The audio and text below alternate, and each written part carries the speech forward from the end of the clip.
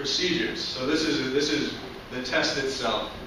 All right, we went out to senior centers all over New Hampshire. I mean, we went to Concord, Plymouth, Meredith, Salem, North Conway, all over New Hampshire. I'm from Connecticut, so I got a nice scenic tour of the whole state during the time.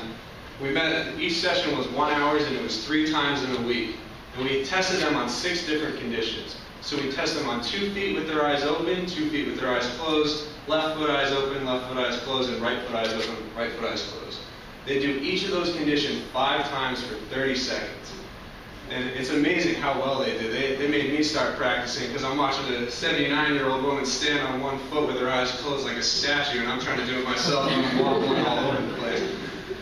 So they got a minute rest in between each of those trials just to make sure that fatigue wasn't building throughout the process.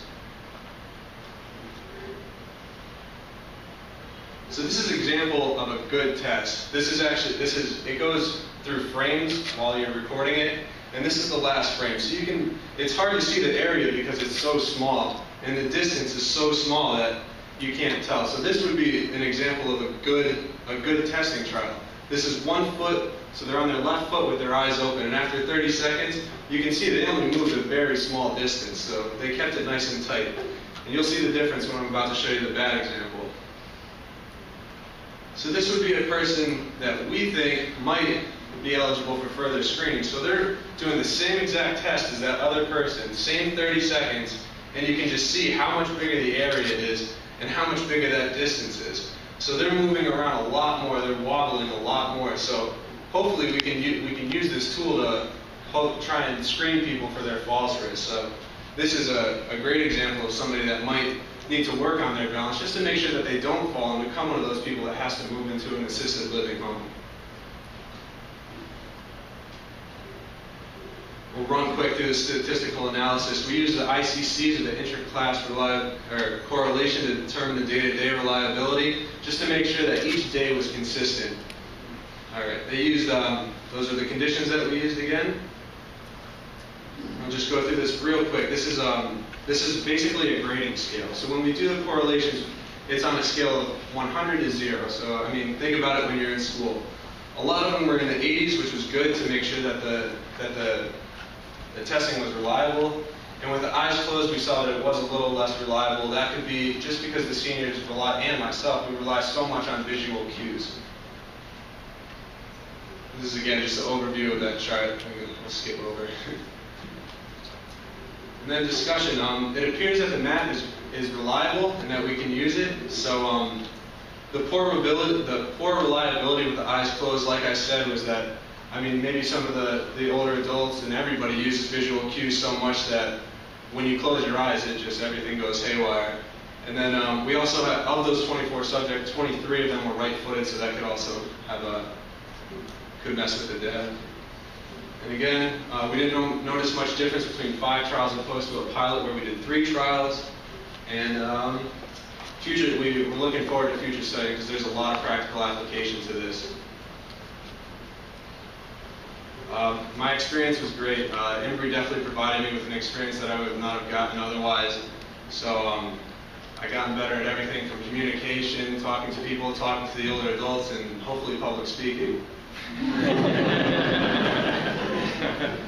And just to get you up to date, we're up to 45 subjects that we have tested. We're looking forward to testing more, and we're looking forward to running the statistics on those. Just wanted to take a quick second to thank INBRE for helping us with everything.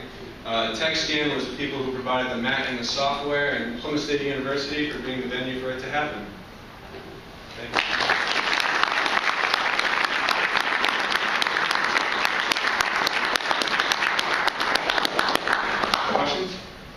Yeah, that was a nice presentation. So, I'm a NP, so just thinking about how somebody might use it. You know, one question people might ask is, well, okay, this may work well or not, but how much better is it than just observing? And I wonder if you sort of thought about doing it a little bit. Oh, absolutely. The thing I love about this mat is you actually get statistical data out of it. I mean, it tells you exactly the area, the movement from front to back, left to right.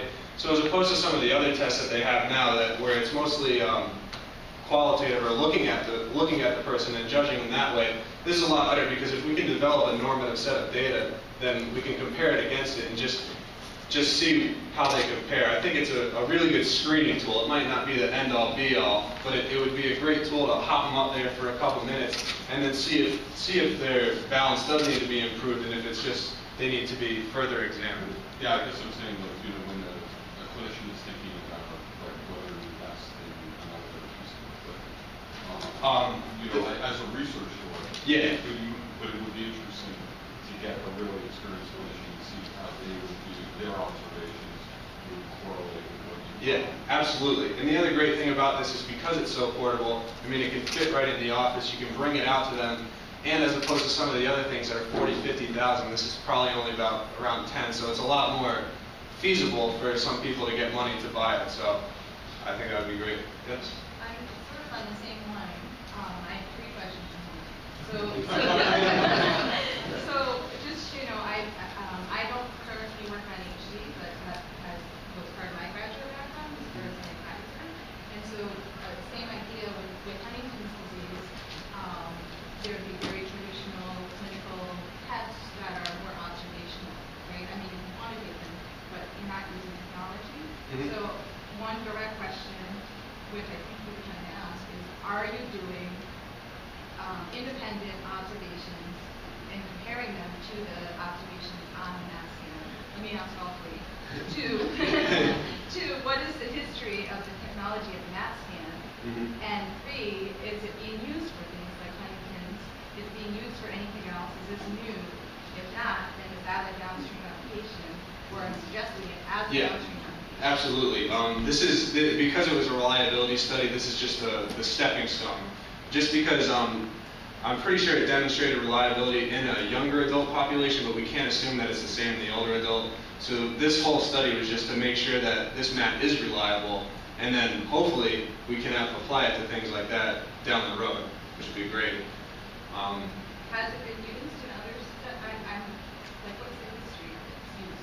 I'm not sure. It hasn't really been used in many other studies, if any at all. So it is definitely a breakthrough. So hopefully, when we do prove or demonstrate its reliability, then we can move forward. But it really hasn't been. We're trying to compare it to the force plate, which was used before, which is kind of the gold standard of balance. So we're trying to move on from there. So hopefully.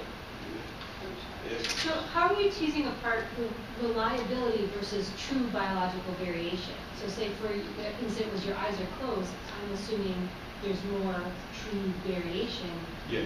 And so at one point you said maybe it's not reliable when your eyes are closed, or maybe it is reliable, it's just there's much more variation in that instant, and you would have to increase your number of trials to get at it. Yeah, that's definitely possible. That's why we increased it from 3 to 5 to hopefully see a stronger connection there.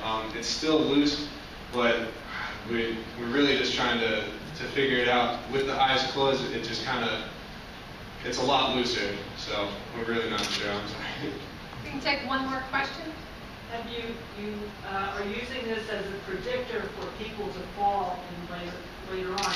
Have you done any follow-up studies with the subjects that you used where they did fall or did they not fall post-study?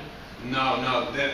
Like I said at the beginning, they couldn't have fallen in the last 3 months to be a part of the study.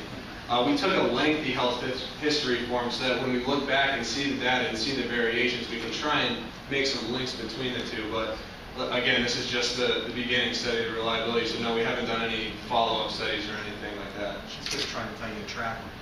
Yeah, I would love to track them. And we did go back and do balance workshops and things like that. So we're staying in contact with the senior center. So once this study is concluded and we have all our results, we can move on and go back and do things like that. That would be a great thing down the road to look at. Thank you.